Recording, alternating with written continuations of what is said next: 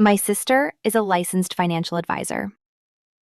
In front of my mother's entire care team, she said, $12 nurses don't decide these things. She was talking about me. She had a slide behind her that said, "Trust is the foundation of every financial decision." $314,000. That is how much she had moved out of my mother's accounts in the 22 months before that meeting. The slide was not wrong. She had simply applied the principle to herself. I had driven across town to be in that room.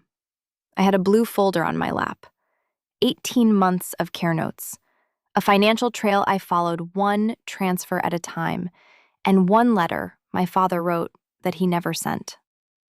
My name is Melissa Crane. I am 41 years old, and I am a nurse at Riverside Care Center in Columbus, Ohio. 12-hour shifts. Not impressive by anyone's standard. Certainly not my sister's. For 9 years, Lauren called my work my little job. My mother called it Melissa's thing. I learned not to explain. What I did not know then was that every care note written in my mother's home by aides who changed her sheets and counted her pills would eventually become a page of evidence. 3 years later, Lauren stepped to that podium. I opened my folder.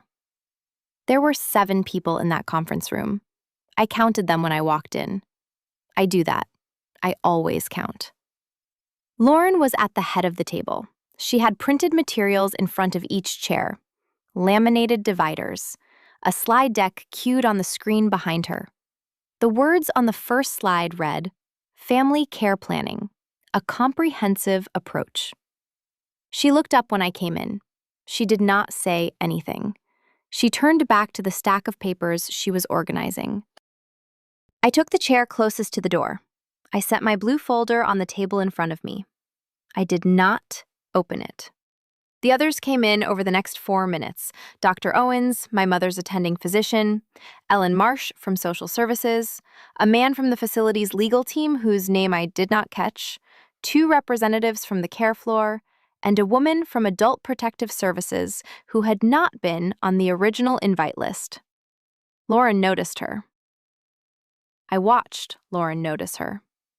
Nothing changed in Lauren's face, but she paused for half a second before she started speaking. She was very good. I want to say that clearly because it matters. Lauren had prepared for this meeting the way she prepared for everything, completely, precisely, without a single wasted word. She walked the room through my mother's current condition. She referenced the cognitive assessment results by name and number. She described the financial structure she had put in place and explained why a formal guardianship arrangement would provide additional stability. She used the word stability 11 times. I counted that too.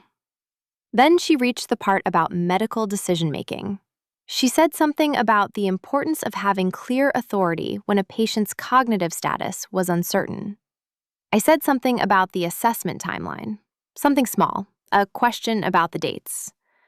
Lauren turned toward Dr. Owens, not toward me.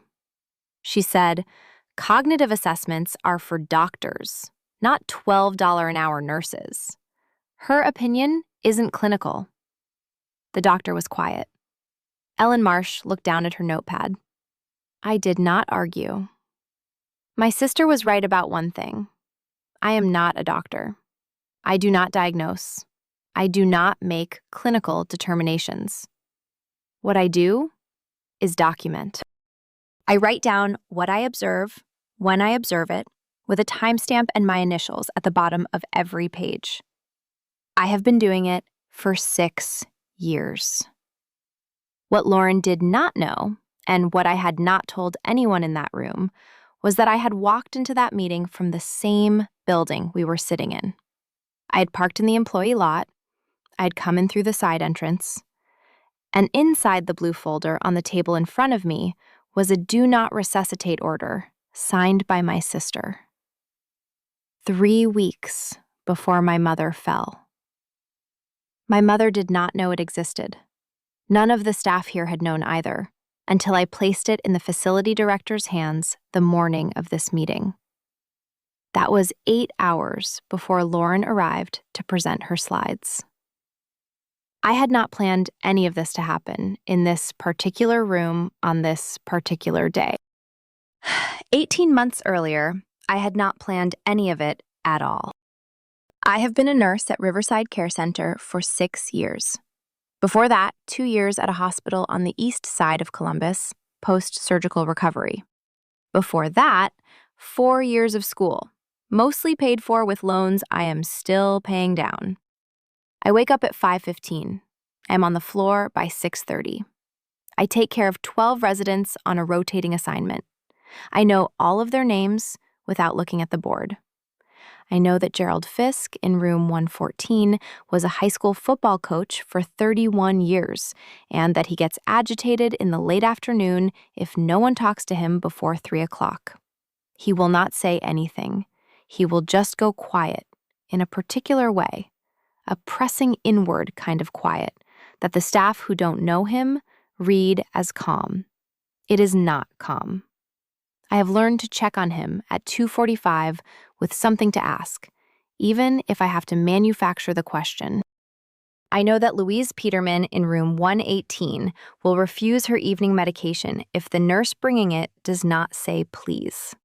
Not because she is difficult, because she spent 43 years as a school librarian, and she believes that small courtesies are the only things standing between civilization and its alternatives. I agree with her. I say please every time.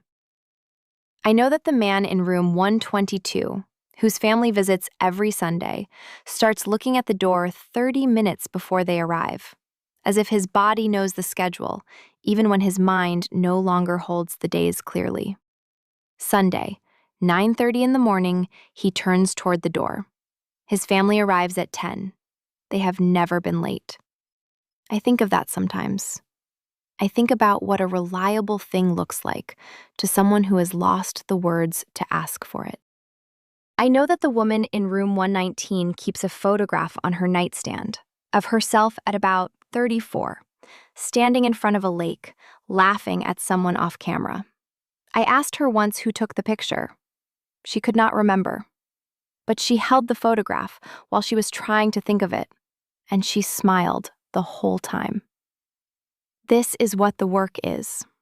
12 rooms, 12 people, 12 sets of details that do not appear in any chart and are not tracked in any system, but that determine whether a person has a good day or a bad one. My father used to say that a person's name is the first thing you give back to them when the world has taken everything else. He ran a hardware store on the east side of Columbus for 30 years. The kind of store that has been in the same spot long enough that the awning has been replaced twice, but the sign out front is still the original. He knew every regular by name. He kept a brown leather notebook on the counter and wrote in it their names, what they came in for, how their families were, whether the project had worked out or needed a different approach. Not for business. He never referred back to it when they came in again. He kept it because he believed that people deserved to be known, and that knowing them required writing it down. He gave me that notebook 6 months before he died. On the inside cover, in the careful, slanted handwriting he had used on every invoice for 30 years, he wrote, "You know how to see people. Don't stop." I keep it on the shelf in my apartment. I had not written in it yet. Not then. My shift ends at 6:30 on a good day. I drive home to my apartment, a 2-bedroom on the second floor of a building about 4 miles from the facility. I cook dinner most nights. I have learned to cook for one without cooking too much, which took me longer than I expected. I eat at a table that has 2 chairs. One of the chairs usually has something on it: a bag, a jacket, a stack of mail I have not sorted. I have thought about moving the chair or buying a different table, but I haven't. The table is fine. I do not think of this as sad. It is the shape of my life. I have seen what the alternative looks like. I have watched people build their whole sense of self around being needed. And I have watched what happens when the person who needs them gets better, or gets worse, or simply stops needing them in the particular way they had arranged themselves around. I would rather have a quiet apartment and know who I am when I walk through the door. On good evenings, I read. I have a chair by the window that gets decent light until about 6:30 in the summer and useless light by 4 in the winter. In the winter, I read with a lamp on, and I find I do not mind it. I have 2 shelves of books, and I have read most of them twice. There is a particular comfort in reading something you already know, in knowing the ending from the first page and watching how the story moves toward what you already know is coming. I did not understand until recently why I found that comforting. My mother called most Sundays. The calls were usually 8 to 12 minutes.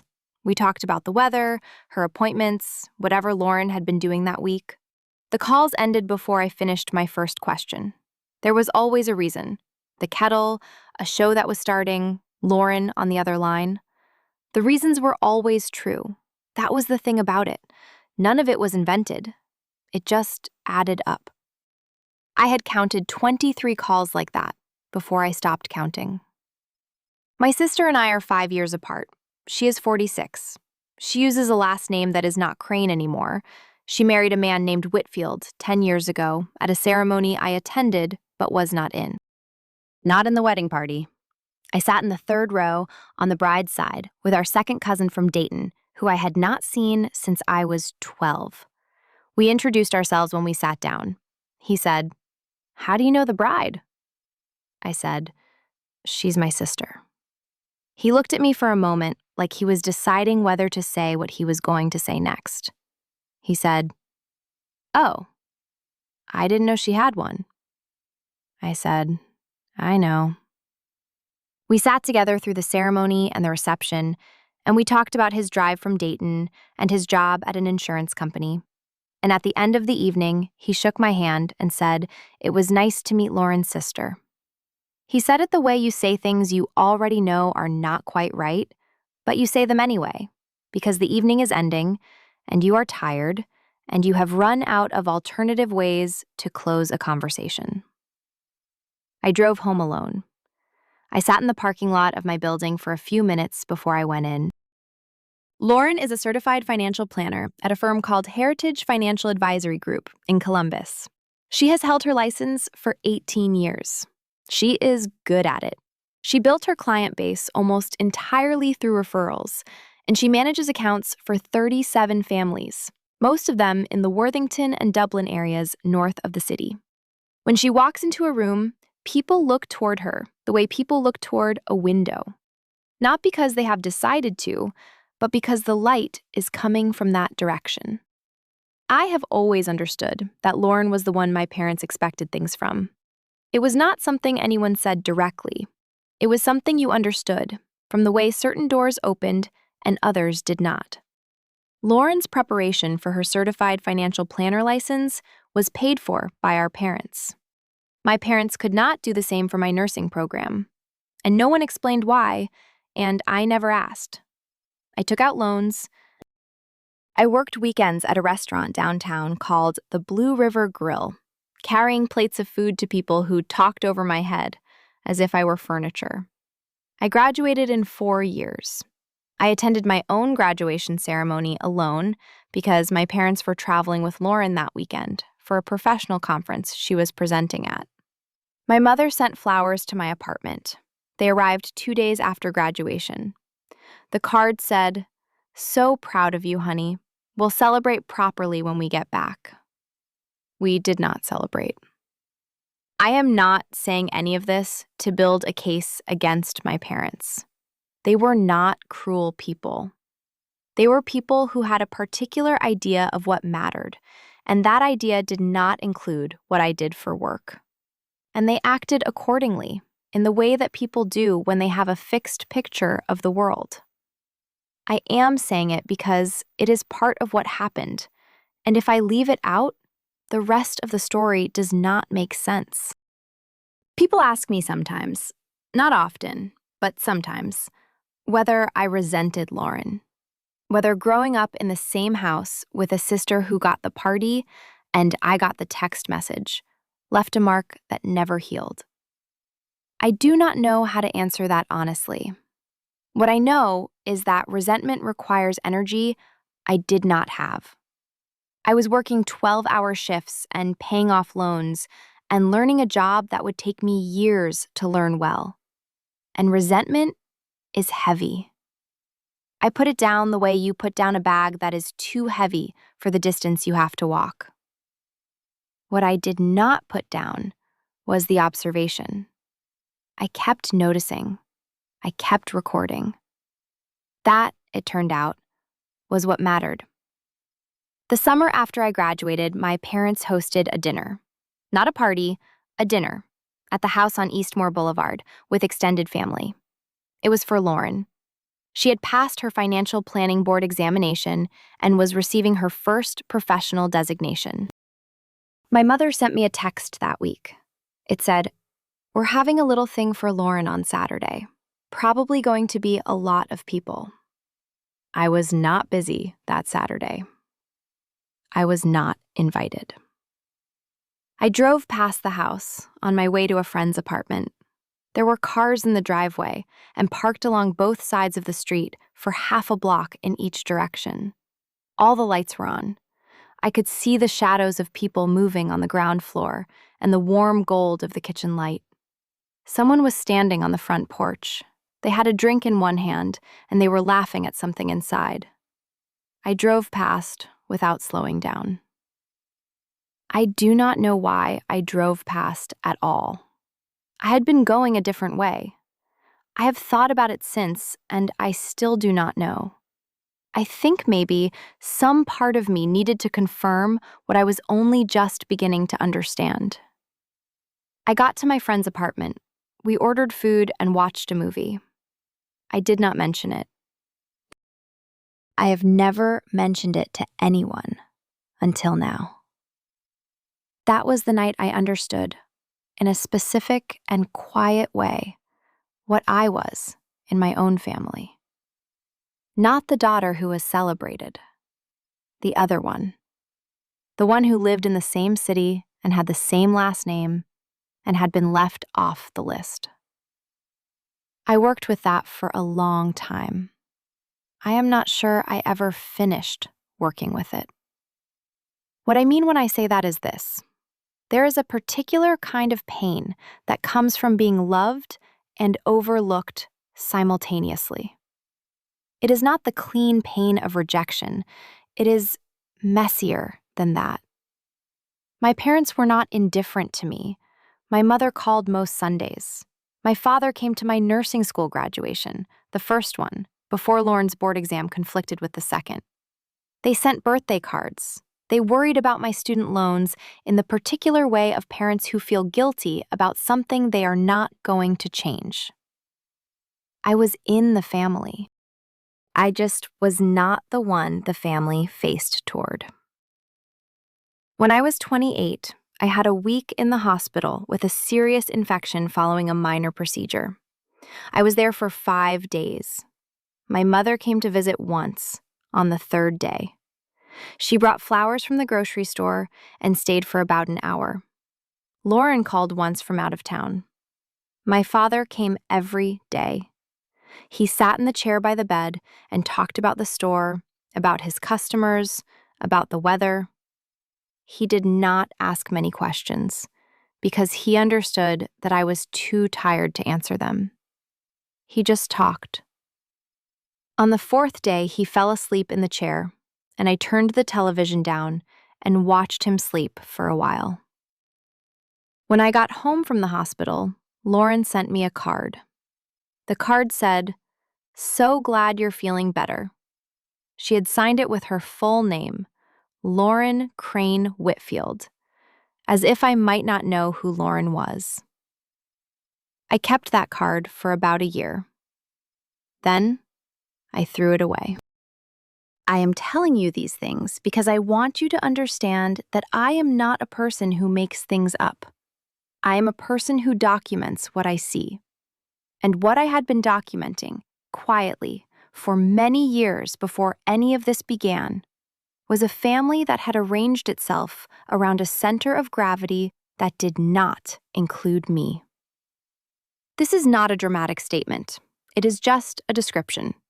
I have made my peace with it, mostly. What I had not made my peace with by the time my mother fell was what my sister had done with the authority that arrangement had handed her. I learned to carry it without making it the center of everything, because you cannot do this job well if you spend your whole shift thinking about yourself. You just show up. You count your patients. You learn their names. That is the whole of it. The next morning, I went to work. Gerald Fisk asked me what day it was. I told him. He asked if it was going to rain. I said I would check, and I came back 3 minutes later with the forecast on my phone. And we talked about the weather for a few minutes, and he seemed better. Louise Peterman took her medication without my having to say please, which was rare. And I noted it in her file, because it tells you something about the quality of a person's day when they give you that small courtesy without being asked. The man in room 122 was looking at the door, even though his family would not come until Sunday. I pulled a chair in from the hallway and sat with him. He did not say anything. I did not say much. But he stopped looking at the door, and after about 3 minutes, I stood up and went back to my rounds. That is the work. My father got sick in the spring of my 36th year. It started with his balance. He had always been steady on his feet, the kind of man who moved through a storeroom like he had a map of it in his body, who never reached for a handrail. And then, one Tuesday morning, he knocked over a display case in the store and could not explain why. He did not call me about it. I heard it from my mother, mentioned between a story about her book club and a question about whether I had been taking my vitamins. She said it the way she said most things about his health, briefly, and then into something else, as if moving past it quickly would keep it small. This was a pattern I had recognized for a long time. When my father was healthy, my work was dismissed because it was not impressive. When my father was sick, my work was dismissed because it was inappropriate to apply it to family. There was always a reason. The reason always led to the same place. I thought about this during the 14 months of his illness. I thought about it while I was learning the specific shape of what was wrong with him. The small strokes, the progression, the questions the neurologist asked, and the answers my father gave that told you what the chart numbers could not. I thought about it because I was watching a man I loved move toward the end of his life, and I had skills that could have been useful, and I had been asked, gently, not to use them. I went to see him on my days off. I sat with him. I talked to the nurses who cared for him at the facility he was eventually moved to, because when your father is in a care facility and you are a nurse, you can have a conversation with the people caring for him that other family members cannot. They told me things. I wrote them in the brown leather notebook because it was what I had with me. I did not tell my mother I had talked to his nurses. I did not tell Lauren. I just wrote down what I knew, and I sat with it, and I carried it alongside everything else. I offered to help. I know home care. I know which services are reliable and which ones sound good on the phone and fall apart in practice. I offered to arrange something, just a few hours a week, a certified aide who could be there when my parents needed them. Nothing dramatic, just a set of eyes and someone to call if something happened. My mother said, "Don't mix up business with family, honey."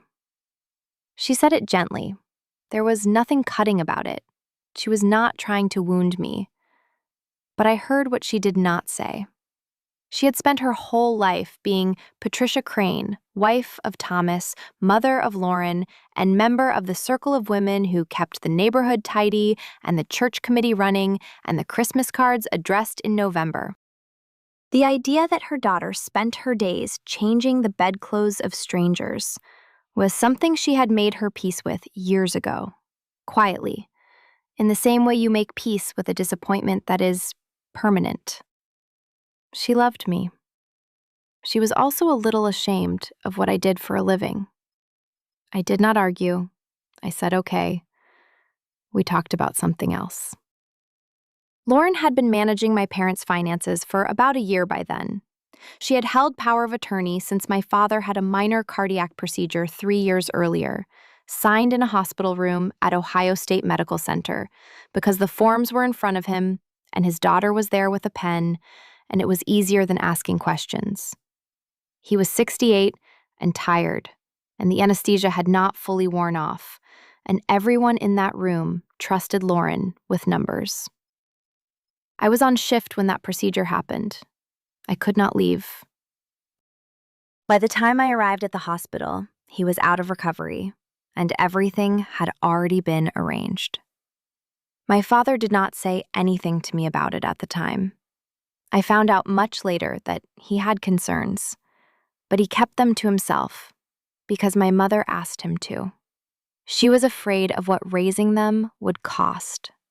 He died 14 months after that Tuesday morning when he knocked over the display case. It was fast at the end, faster than any of us had expected. A series of small strokes, each one taking a little more.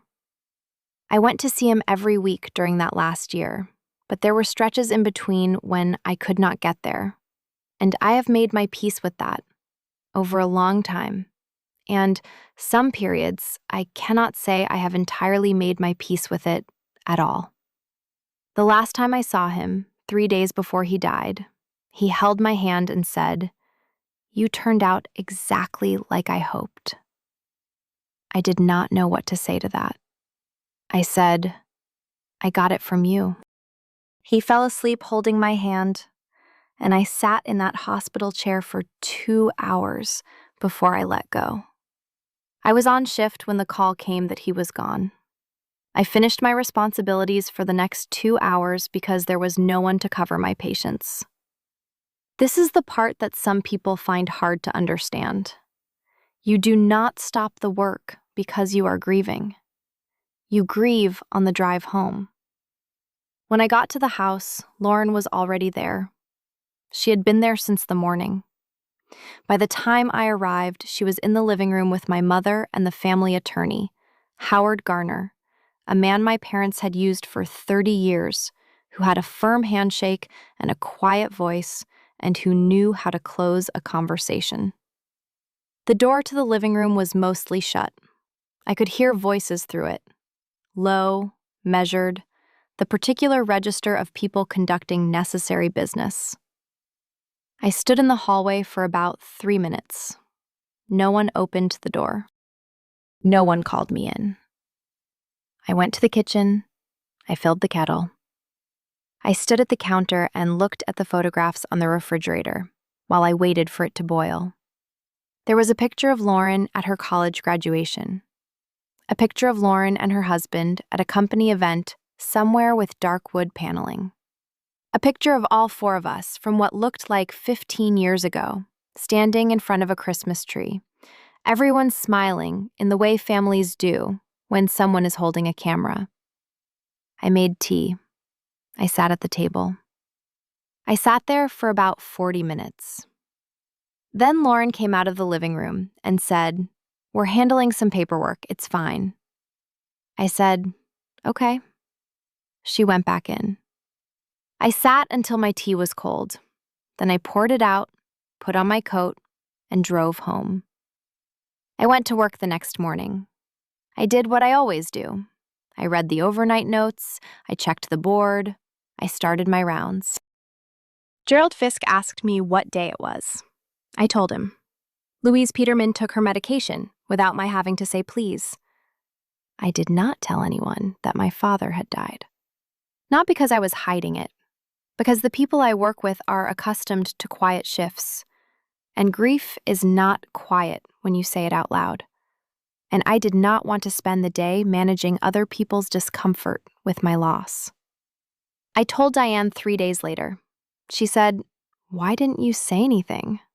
I said, "There was work to do." She looked at me for a moment. Then she nodded, because she understood that, and she went back to what she was doing.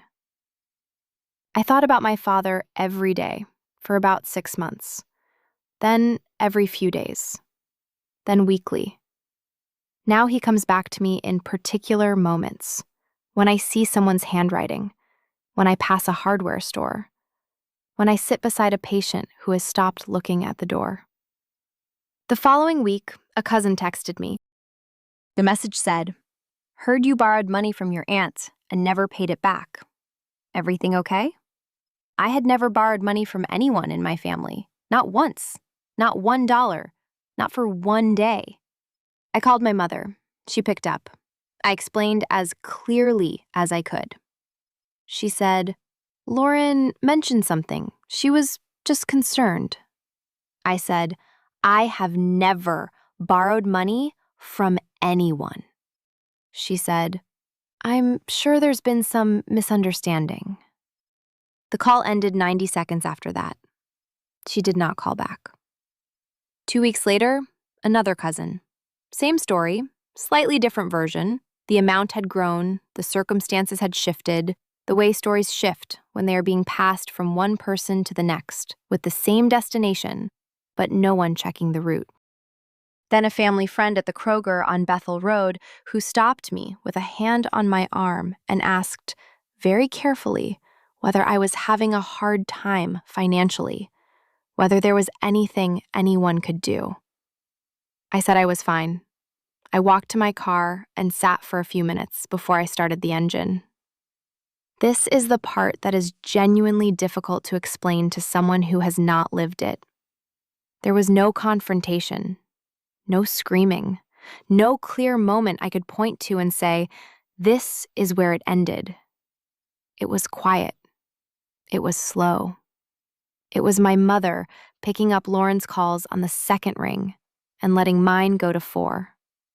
It was family photographs I found online, gatherings at the house I heard about afterward from someone who assumed I had been there and was surprised I hadn't. It was Sunday calls that got shorter until they were mostly just confirmation that I was still alive and available at this number. And then, one afternoon, about 8 months before my mother fell, I got a call from one of the home care aides at my mother's house. Her name was Sandra. She called because she had my number from a coverage situation months before, and she had something she thought I should know. She said, "Today your mom told me that Lauren mentioned that she actually only had one daughter." I said, "Which one?" Sandra was quiet for a moment. Then she said, "I'm sorry." I sat in my car in the parking lot of the Kroger on Morse Road for 11 minutes. I know it was 11 minutes because I kept looking at the clock on the dashboard. The engine was off, the lot was almost empty. A shopping cart rolled slowly across the asphalt and hit a wheel stop at the far end with a small metal sound. Then, I drove home. I want to be honest about what happened after that, because I think people tell stories like this and make it sound like there was a moment where the protagonist stands up and decides to fight. A line crossed, a plan made. That is not what happened. I went home, I cooked dinner, I went to work the next morning. Gerald Fisk, Louise Peterman, the man in room 122. I did my documentation. I drove home. I did not call Lauren. I did not confront my mother. I did not consult a lawyer or make any plans. What I did was survive the weeks. And quietly, underneath everything else, I began to notice what I had always been trained to notice. I noticed patterns. I noticed that whenever my mother mentioned finances, She used the same phrases in the same order, as though she had been prepared for the question. I noticed that the home care aides at my mother's house kept logs, standard practice, as routine as signing the sheet, and that those logs contained small, unremarkable entries that did not fit together the way they should. Client seemed confused after signing documents, asked aide what she had agreed to. Daughter Lauren visited. Before leaving, asked that client not be left alone during telephone calls from other family. Client mentioned wanting to make a change to her will, could not remember what change, seemed distressed. Client asked about a specific bank account by the name of the institution. Aide did not have that information. Client told aide she thought she had spoken with Melissa on the telephone, but could not be certain. Not one of these notes was written as an accusation. Sandra was not a lawyer or an investigator. She was a home care aide who showed up every morning to help an elderly woman get dressed and take her medication. She wrote what she saw, because that is what you do in this work. You record the day, you sign your initials, you go home. Nobody was supposed to read them the way I was about to read them. I want to tell you something about the kind of training that makes you able to read a set of ordinary notes and hear what they are saying beneath the surface. It is not taught in a classroom. It is the accumulation of 6 years of watching people who cannot speak for themselves and learning to see what their faces say when their words cannot say it. It is the accumulation of thousands of handover notes, shift logs, observation records. Learning to distinguish between the ordinary variation of a bad day and the quiet persistence of a pattern. A bad day looks like an isolated entry. A pattern looks like a thread. I had spent 6 years learning to find the thread. Nobody thought this was important work. Nobody thought it required particular skill or attention or intelligence. It was my little job in a building full of old people writing things down. But this was exactly what I had been trained to do. And nobody in my family had checked the room. There is something my father said to me once, years before he got sick. We were sitting on the front steps after a family dinner that had ended badly. I do not remember what the argument was about, something between my mother and a relative that spilled out of the dining room and into the evening. He said, "Your sister runs toward power the way some people run toward water. It is not a bad thing necessarily. You just have to know it is happening." I asked him what he meant. He thought about it for a moment. He said, "Lauren is going to do what she needs to do to stay in the position she is in. She doesn't mean harm by it. She just needs a certain amount of room, and she takes it." I asked, "What do I do?" He said, "You document." I had thought he meant I should keep records, keep track, protect myself. What he was actually telling me, I understood much later, was that he had already been watching for years, and he had known someone was going to need to keep the record, and he had known, somehow, that it was going to be me. I had just not understood him yet.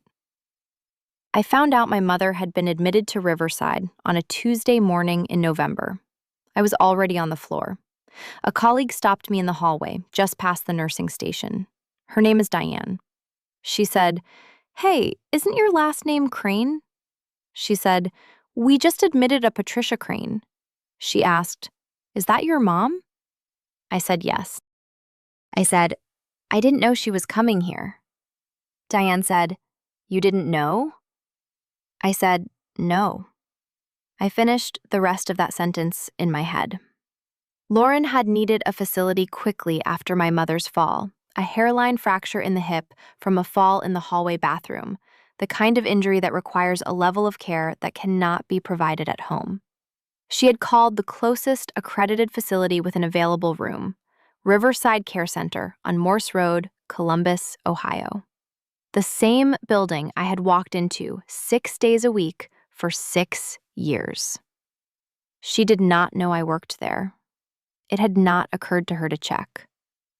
This was not a deliberate oversight. It was simply that I had been removed from the picture so thoroughly that I was no longer part of the landscape she moved through. Lauren had been making decisions about our mother's life for 2 years without once thinking to ask where her sister worked, or whether her sister had any expertise relevant to the situation, or whether her sister's opinion might be worth hearing. She had stopped including me in the calculation. I went to admissions during my break and asked to review the intake paperwork. Family member on staff. It happens. The floor manager knows me. She printed the intake packet without asking why. I read the first 2 pages, standing at the nursing station, one hand on the counter. On page 3 was the do not resuscitate order. I read it twice. I looked at the signature line. Lauren Crane Whitfield, power of attorney. I looked at the date on the document. 22 days before my mother fell. I am a nurse. I have worked on floors where people die, where these decisions are made in real time at 3 a.m. with families on the phone and monitors alarming and a doctor asking a question that needs an answer in the next 90 seconds. I know what a do not resuscitate order means in that context. I know what it means to have one or not have one. I know what it means for a document like this to exist in a folder before the patient has ever been in crisis, signed by the person managing her finances without any record of consultation with a physician, without the patient's own signature, without any documentation of a conversation about her wishes. I stood in that hallway for 2 minutes. I looked at the nurse's station.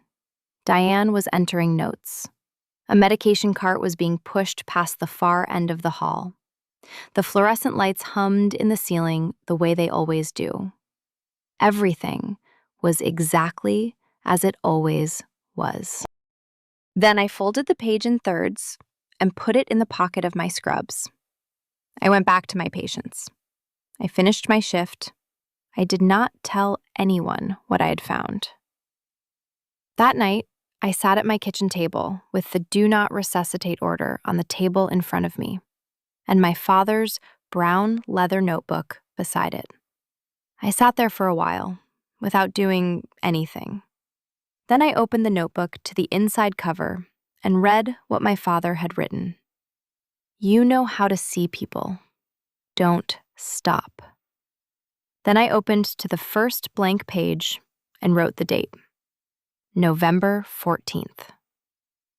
I did not know yet what I was building.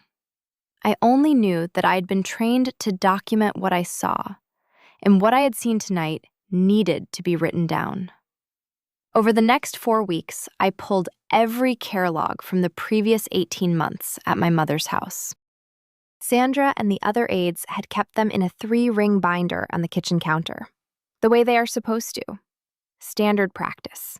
Nobody audits those binders. Nobody pays attention to them unless something has gone wrong. I read through them at my kitchen table over 3 evenings, starting at 8 o'clock after dinner, with a yellow legal pad beside me and a pen and a cup of tea that I kept forgetting was there. The binder contained 412 individual shift notes, written by 6 different aides over 18 months. Each note ran between 50 and 150 words.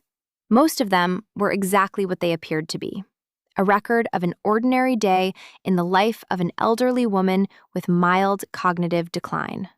She ate well, she slept adequately, she was cheerful in the mornings and sometimes anxious in the late afternoons. She asked about a grandchild she thought she had. She had not had grandchildren. But 53 of the 412 entries contained something else.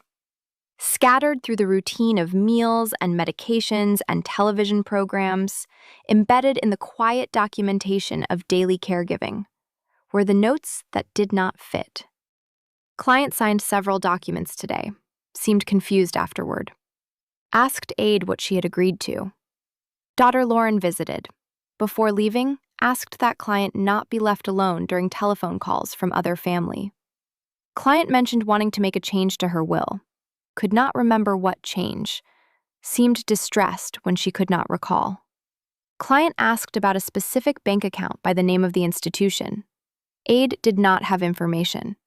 Client told aide she thought she had spoken with Melissa on the telephone, but was not certain. Seemed upset when aide could not confirm. Client said she did not want to talk about money today. I wrote down every one of these entries on the yellow legal pad. I wrote the date and the aide's initials and the exact text. When I was done reading the entire binder, I counted what I had written. 53 entries over 18 months. Not every week, not even every month at first, but accelerating. The last 6 months contained 31 of the 53.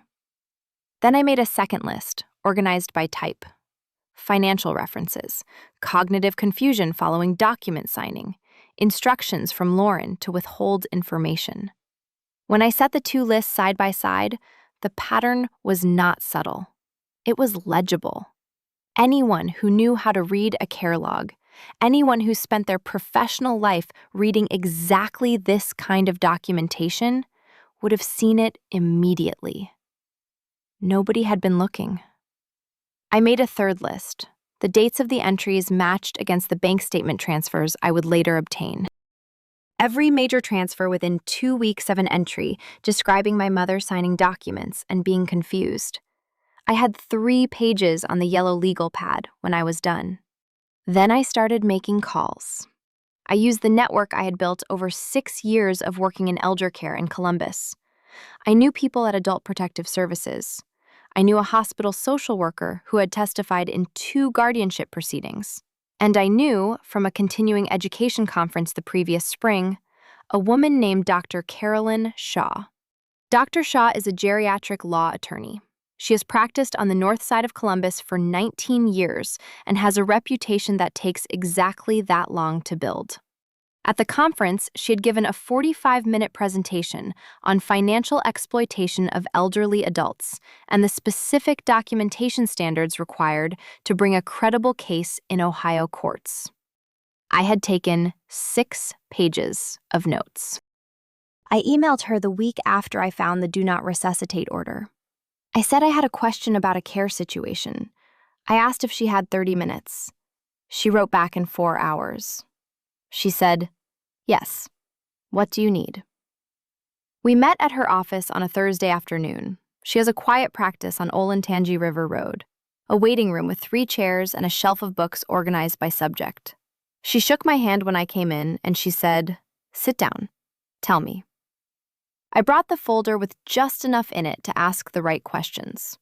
I described what I had found the way I would describe a clinical observation: what I had seen, when I had seen it, what the documentation showed, and what it did not.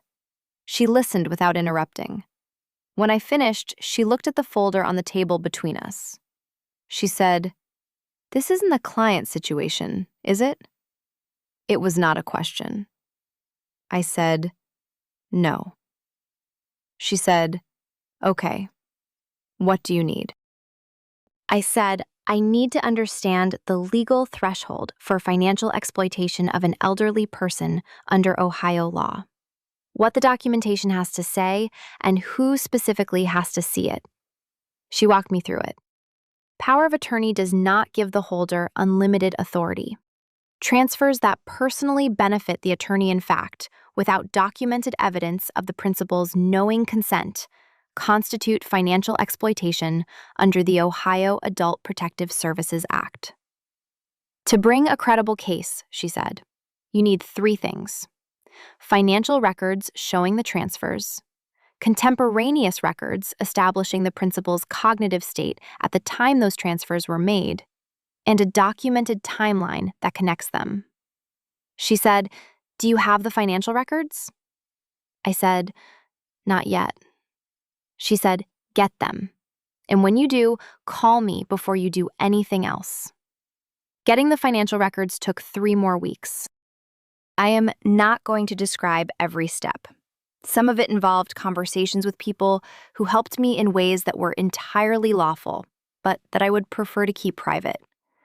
What I can tell you is that by early December, I had bank statements covering 26 months, 41 separate transfers from my mother's accounts, $314,000 moved in increments, each carefully kept below the federal reporting threshold, moved to an account in Lauren's name at a different institution.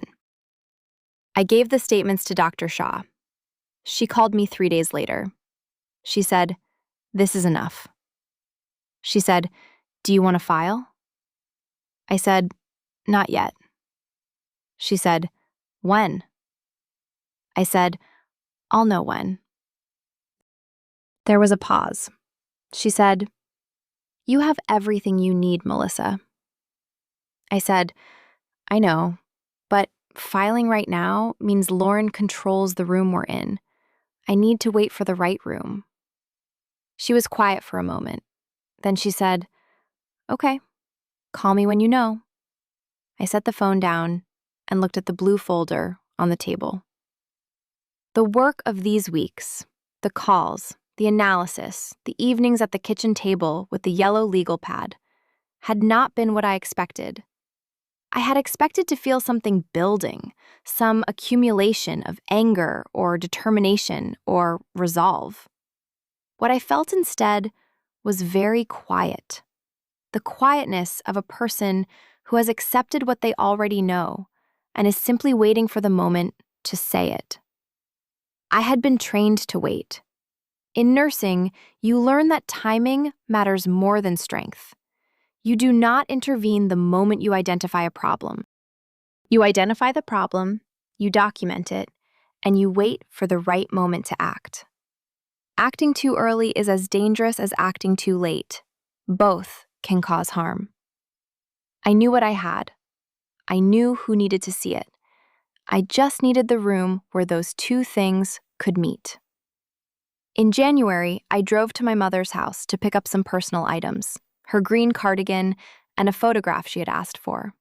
The photograph was of her and my father on their anniversary, the one where they are standing in front of the lake house, both of them squinting into the sun.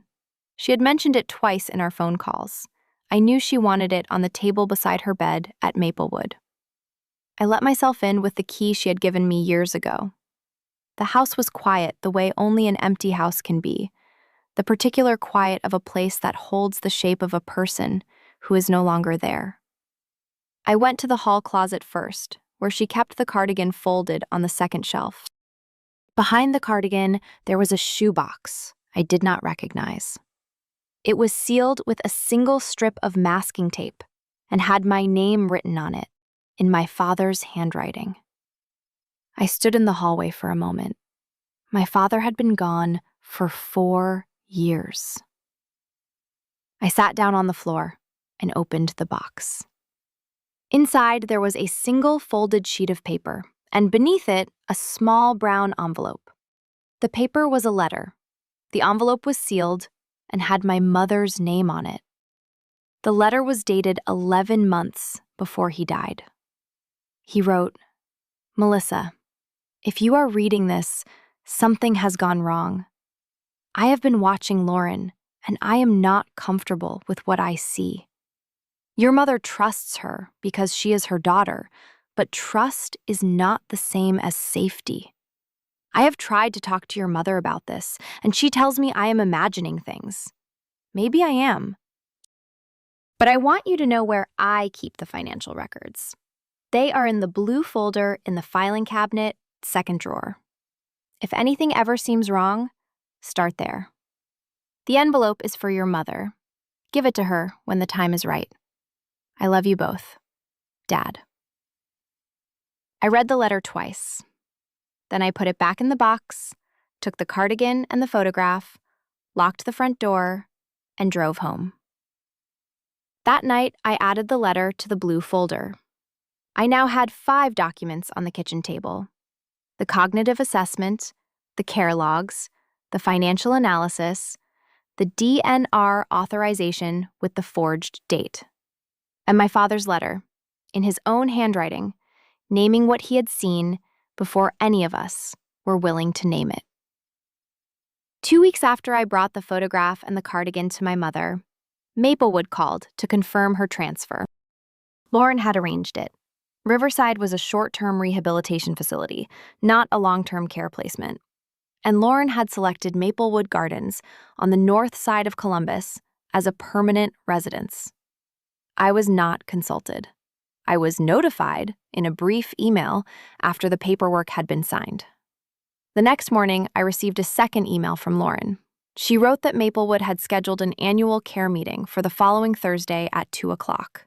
She wrote that she would be attending as primary family contact and power of attorney. She wrote that family members were welcome, but that decisions regarding care protocol would be finalized at the meeting. I replied that I would be there. The care meeting room at Maplewood was a conference room on the second floor with a long rectangular table, 4 chairs on each side, and a window that looked out over the parking lot. There was a water pitcher in the center of the table and a box of tissues near the door. I had been in rooms like this before, not as a family member, but as the nurse on the other side of the table. I knew what they were designed to do. They were designed to feel official without feeling threatening. The tissues were there for a reason.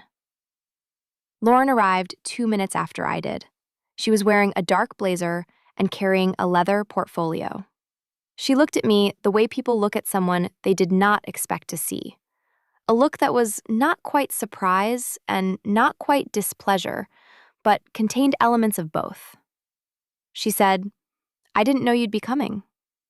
I said, "I told you I would." The Maplewood care coordinator, a woman named Patricia, came in and introduced herself. She had a clipboard and a folder of her own. The facility social worker sat beside her. A woman I did not recognize came in next and sat near the door without introducing herself. The attending physician, a Dr. Owens I had not met before, came in last and sat at the head of the table. I had emailed the Adult Protective Services office that morning when I filed the mandatory report. I had mentioned the care meeting time and location. I did not know whether anyone would come. Someone had. Lauren opened her portfolio. She had a prepared summary. She spoke about my mother's condition, the memory decline, the fall risk, the adjustment period at Maplewood. She spoke about the care plan she had been coordinating with the facility. She used the word coordinating several times. She mentioned her role as power of attorney and said that she had been managing my mother's affairs for the past 3 years and that continuity of care was important at this stage. Dr. Owens asked if there were any concerns from the family side. I said, yes. Lauren looked at me. I placed the blue folder on the table and opened it. I said, I want to walk through some documents. I started with the cognitive assessment. I told them that Maplewood's own intake evaluation had placed my mother's MMSE score at 22, which is mild impairment, not severe impairment. I told them that the level of restriction currently in place, isolated living unit, no personal phone access, supervised visits only, was not consistent with a score of 22. I asked Dr. Owens to explain the clinical basis for those restrictions. He looked at the assessment and then at Lauren. He said, these were implemented at the family's request. I said, I understand. My question is whether they are clinically indicated. I moved to the care logs. I told them that I had reviewed 6 weeks of logs and had identified a pattern of medication administration that did not align with my mother's documented preferences or her pre-existing advance directive. I put the relevant pages on the table and marked the specific entries. Lauren said, those decisions were made in consultation with the attending physician. I said, the attending physician at that time was Dr. Heller, who retired in October. These decisions were made in November. There is no co-signature in the logs for that period. Patricia leaned forward and looked at the pages. I moved to the financial analysis. I said that I had reviewed the financial documents available to me and had identified $314,000 in transfers from my mother's accounts in the past 22 months. I said that the transfers had been made to a personal account, not associated with any facility, vendor, or documented care expense. I placed the analysis on the table. The room was very quiet. Lauren said, "Those transfers were authorized by my mother." I said, "Your mother's MMSE at the time the first transfer was made was 17. A score of 17 indicates moderate impairment. I have a copy of that assessment as well." I placed it on the table. Lauren said, "I don't know what you think you're doing." I said, "I'm doing what I came here to do." I placed the DNR authorization on the table. I said, "This document is dated March of last year." My mother told me in a recorded phone call that she had not signed a DNR. I have a handwriting analyst's preliminary comparison. The signature on this document does not match the signature on her 2019 advance directive. I am not making a determination. I am asking that it be examined. Lauren stood up. She said, "This is a family matter. This is not," I said, "It's not a family matter anymore."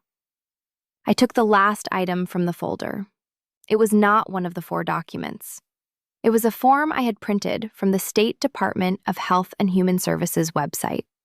I filled it out at the kitchen table the night before. I had been a mandatory reporter for 8 years. I said, "I filed a mandatory report with Adult Protective Services this morning at 8:45. This meeting is a courtesy.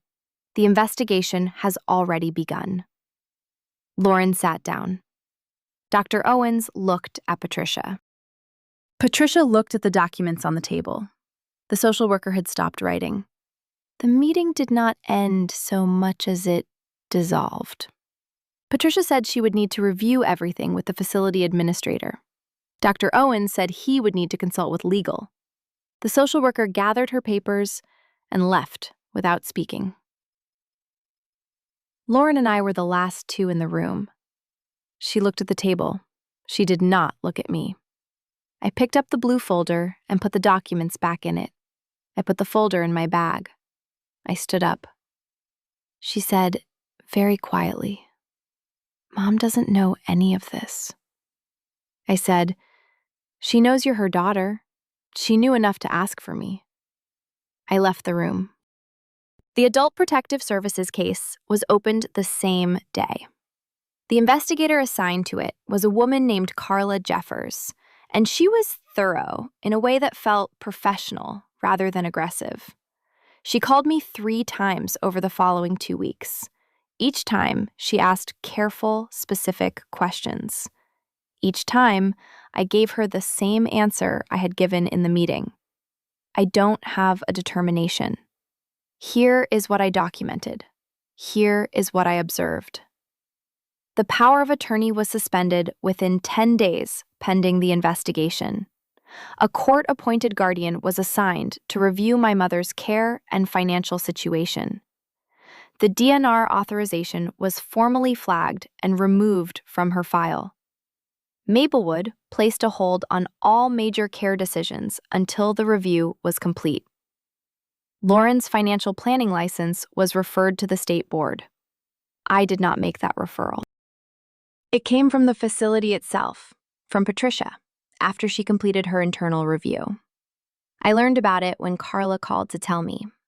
The financial accounts were frozen pending a forensic review. I did not know what would happen after that.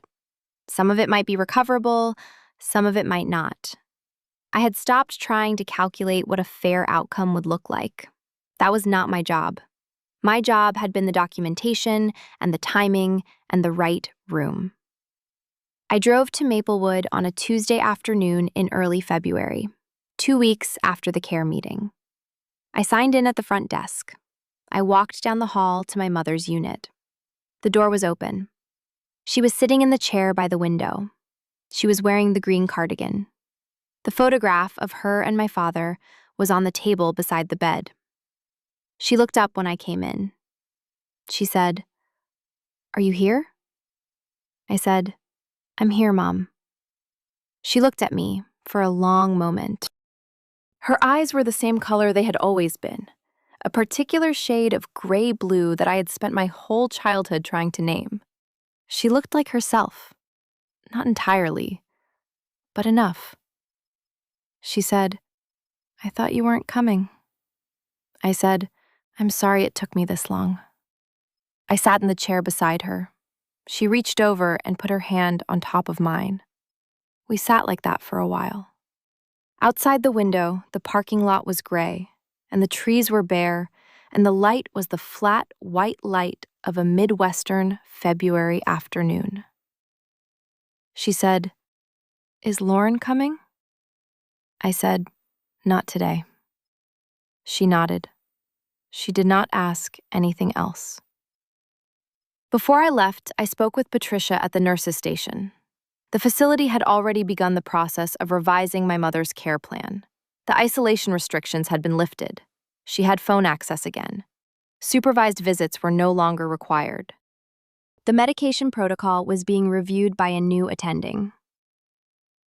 Patricia asked me if I would be willing to serve as my mother's medical advocate going forward, as a supplement to the court-appointed guardian. She said they preferred to have a family member with clinical knowledge involved in care decisions. I said yes.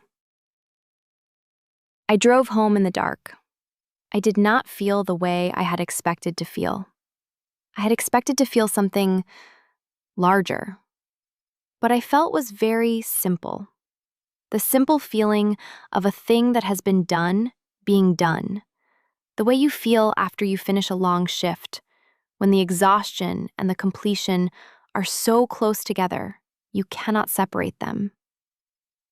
I sat in the driveway for a few minutes before going inside.